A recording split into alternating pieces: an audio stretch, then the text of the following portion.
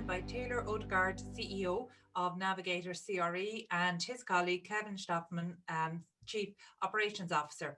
Taylor and Kevin, you're very welcome to iProperty Radio today.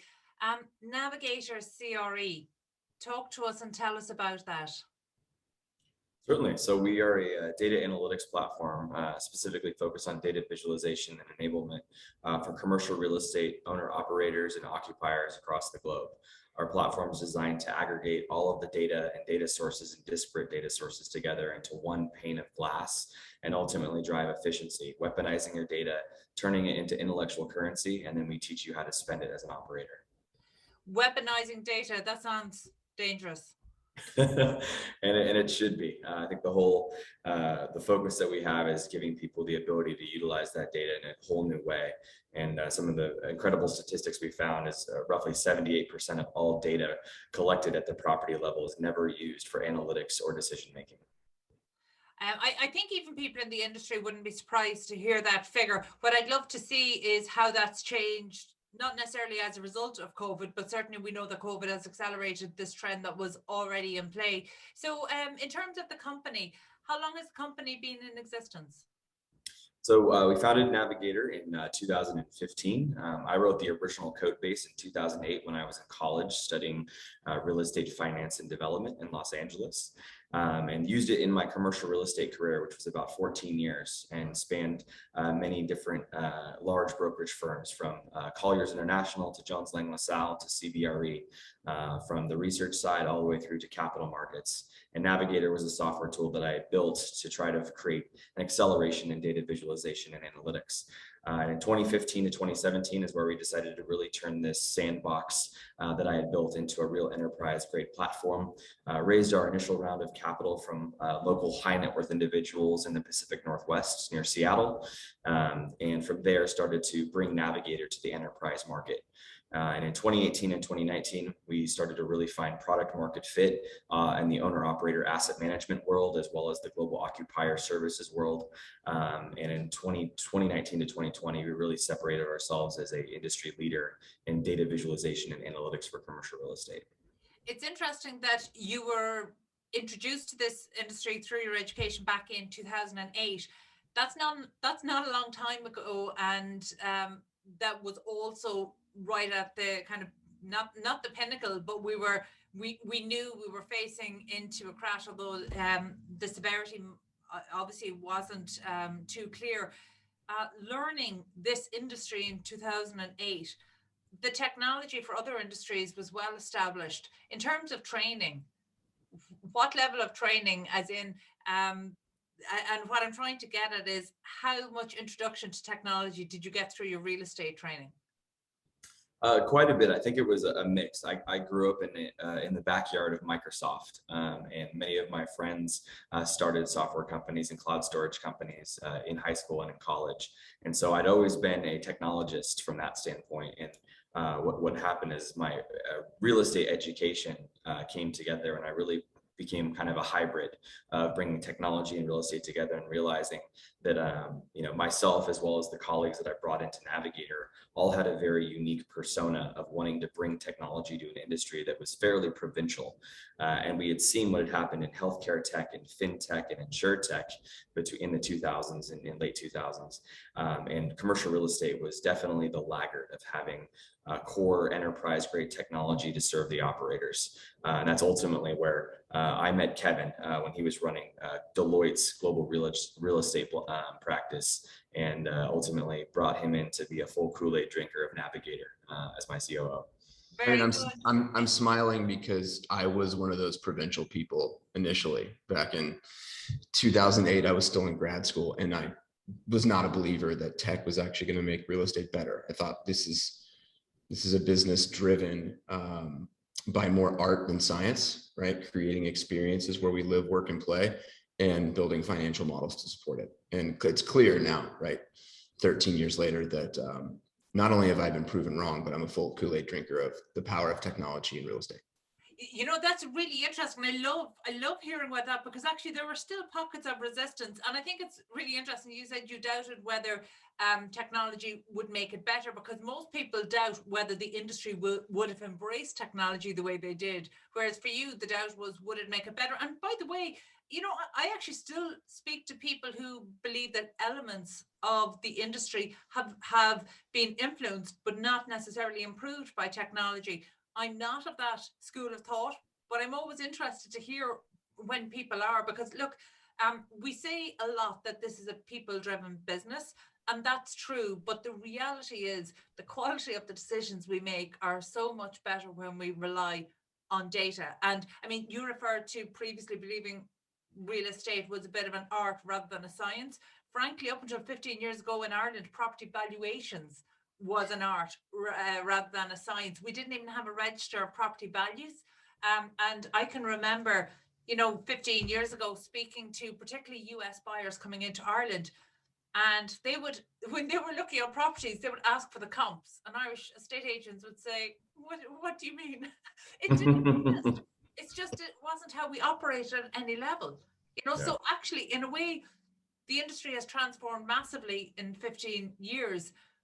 But I think the last 18 months or 20 months have been the most interesting. So maybe talk us through how your clients have reacted or responded, and not necessarily just your clients, but actually your target clients as well over the past 18 months. Yeah, certainly. I think one of the things we really saw is, you know, Navigator as a platform is again to design for data enlightenment. It's designed to bring all the data sources you have together and really turn those into actionable insights. And while call it pre-COVID, a lot of companies were on a tear. They were acquiring properties globally, entire portfolios and funds.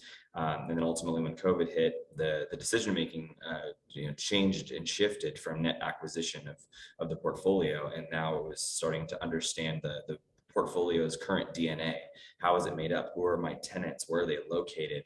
Are they operating? Do they have money? Are they heavy on retail? Are you heavy in office? Are people coming back to the office? And so what we saw, a lot of our clients, because they already had all of the data inside of Navigator, or even our new clients we were pursuing, they had all of this data. They weren't really sure how to weaponize it again, to use it for decision making.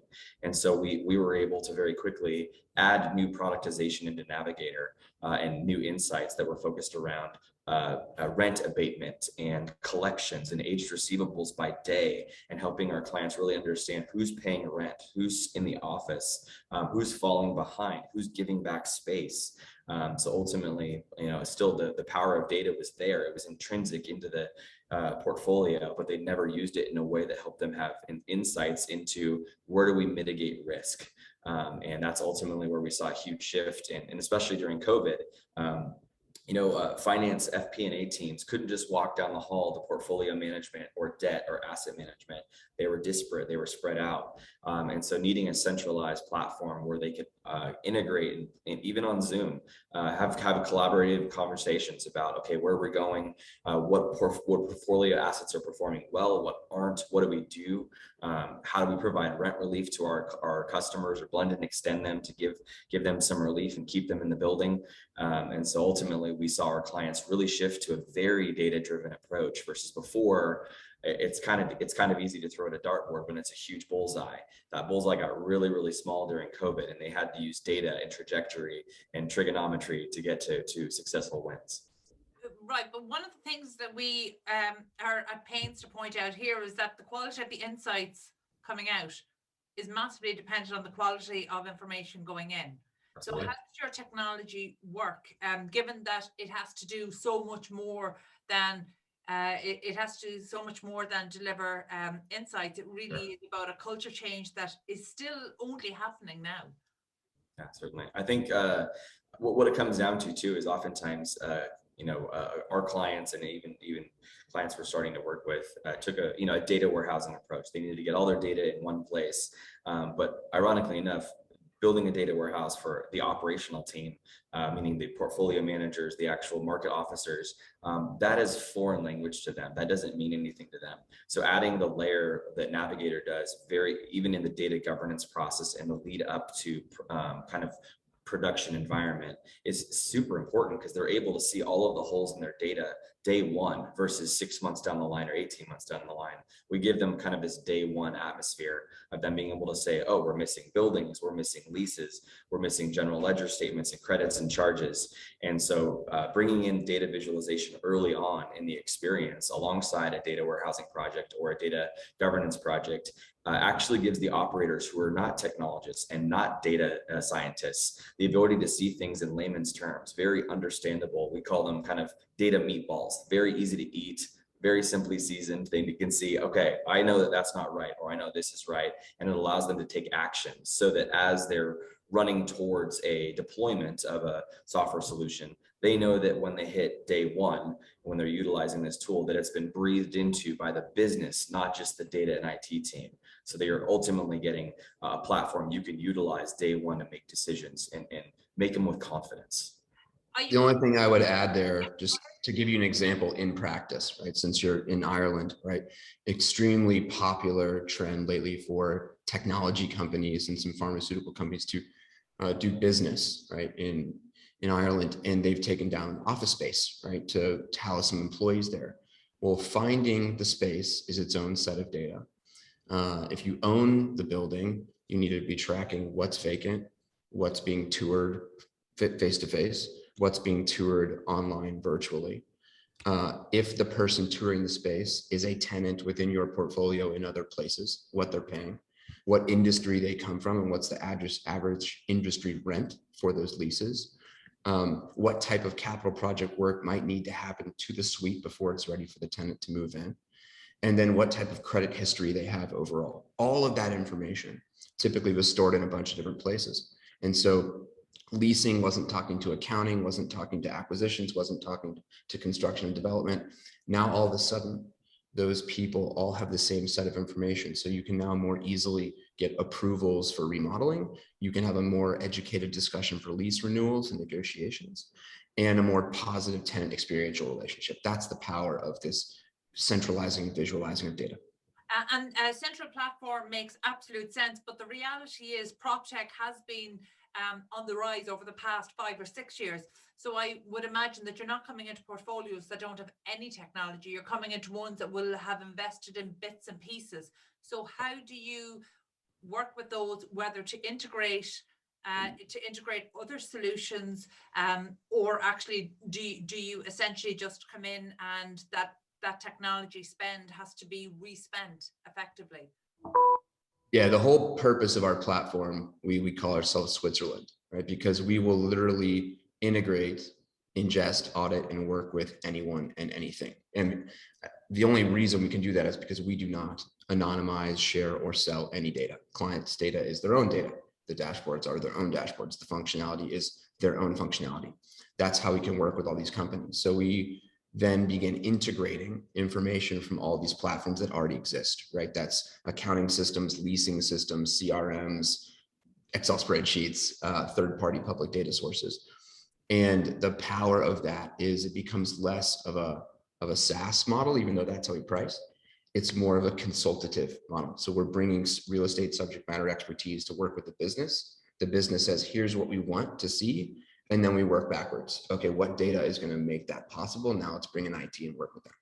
When we hear consultative, I always think it's kind of the opposite of scalable. So how does that tally, or is this kind of the initial onboarding? Yeah, it's the initial, but most importantly, everything that exists inside of our platform exists because our clients recommended it. So we're basically crowdsourcing the best information, ideas, and use cases from all of our clients. Right, so you've seen them on our website, right? Blackstone, Starwood Capital, Newmark, Brandywine, et cetera. They bring a lot of interesting ideas because they're living this day-to-day on the ground. And what that ends up building is a standard toolkit that we start with each net new client. So that speeds deployment, it speeds, I'll call it action to insights. We trademarked the term return on speed, actually trademarked it because we think speed to knowledge is the real power here.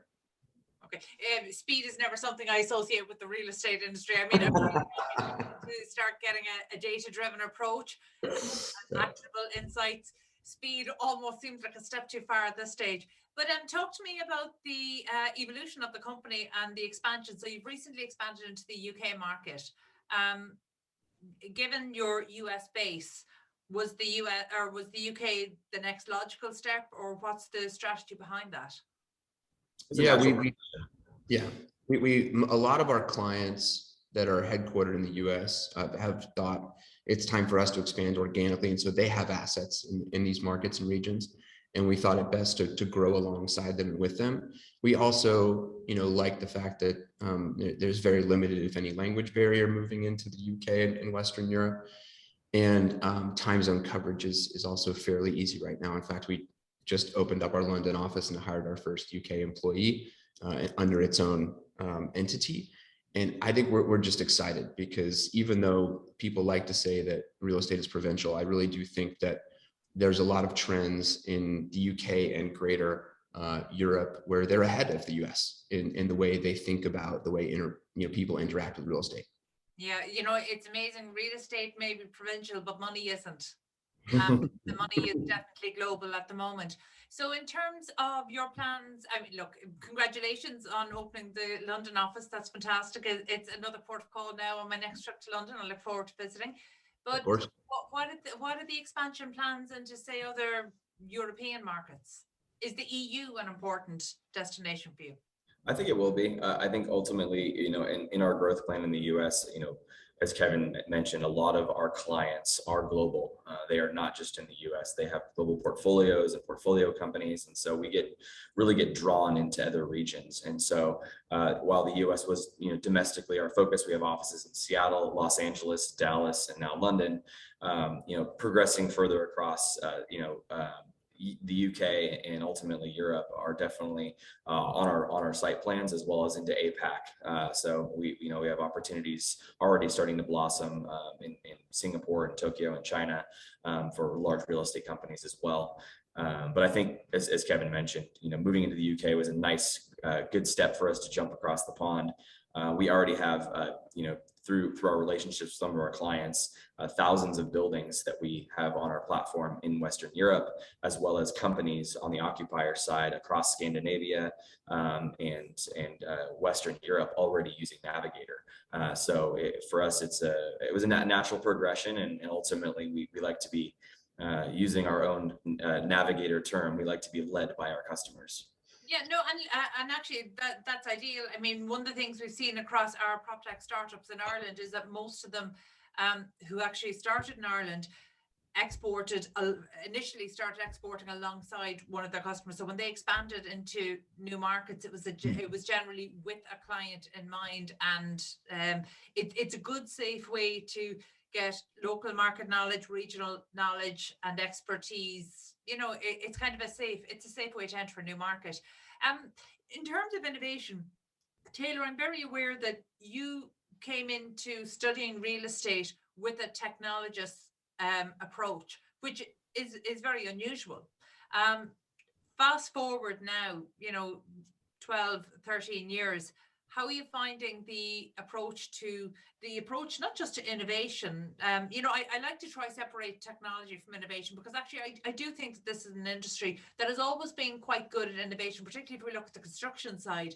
But I think maybe it's not seen because innovation was really the differentiator between the best in class and the rest. So it was never something, there was never a collaborative culture. That was the competitive advantage, whereas technology is different. It's making innovation a bit more ubiquitous, which is great. But how are you finding the more traditional players, particularly the larger ones, where when you talk about digitizing their portfolio, it's a huge ask? How are you finding the attitudes towards innovation shifting? I think ultimately it's that enlightenment that data is currency, and that it is something to be powerful. And I think ultimately our design and approach was to bring a platform to the market globally that is designed for that enlightenment. And I would say over the last 10 years, to actually call it 15 years, the innovation in technology has been very ad hoc. It's been company to company building their own in-house solutions for their own competitive advantage that they thought was going to drive the market, and really it didn't. A lot of large firms call themselves technology first. They're not really technology first because they're building in a vacuum. They're building in a cul-de-sac. They're not building for innovation and scale. And our approach is essentially an all tides rise approach.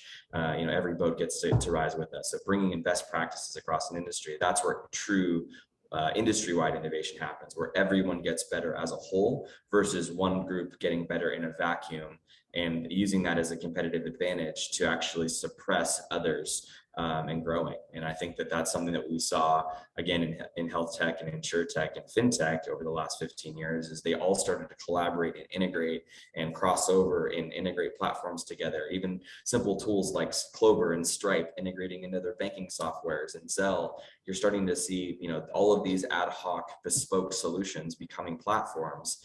And then you get not just the businesses, but also the consumers are able to benefit and utilize data and utilize intelligence and utilize transactional efficiencies that we're really trying to do that as well.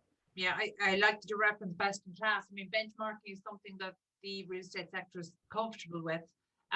But at the moment, there isn't a good benchmarking system other than capital in and capital out. So Yeah. in terms of, comparison with some of the jurisdictions that you're looking at, where does the UK sit? I won't ask you about Ireland. I know you're not operating here yet. But in terms of the UK, where does the industry sit in terms of adoption and use of data? I think, yeah, go ahead. I was going to say, to me, it's about codifying it with titles. So just a few years ago, the title Chief Innovation Officer at companies was very new. Now it's standard. Every large enterprise has hired two CIOs, right? Head of innovation and head of information. Sometimes that's the same role, sometimes it's separate. What's even newer is the idea of a chief data officer, CDO, and that the largest companies are just starting to do that. Once that happens, once you have that role, that title, budget comes with it, and then a team comes with it, and then there's this just understanding that the momentum is not to be stopped, and starting to spend. And I've found that many large companies in the UK, both that own real estate and that even just occupy real estate, are filling these roles. And that's a really, really good sign. Yeah, that's okay. Final notes for people listening in who want to explore Navigator a little bit more. What's the most important thing they need to take away? I think that it's that data is empowering and giving yourself a utility to really understand it and absorb it and utilize it in your day-to-day business. You should be able to drive revenue, drive portfolio performance, drive occupancy. Our engine is designed to make you money and ultimately make your team more efficient. And that's really where the return on speed comes into play, is how fast can we get you from that 0 to 1? And how fast can we grow your business? I particularly like your use of the term enlightenment, because it does feel like we're coming into an age of enlightenment across the built environment, and that's exciting to watch. Thank you, Taylor and Kevin, for taking us through Navigator CRE offering. It's great to hear about, and we'll explore more, and we look forward to your expansion outside of the UK. So that's it from us this week. Thank you for listening in to Property Matters on Dublin South FM. You can get in touch with the show on social media at iPropertyRadio or email hello@iPropertyRadio.com. Also, my thanks to Peter Bryce on sound. We're back at the same time next week. For myself, Carol Talon, and all the team here, stay safe.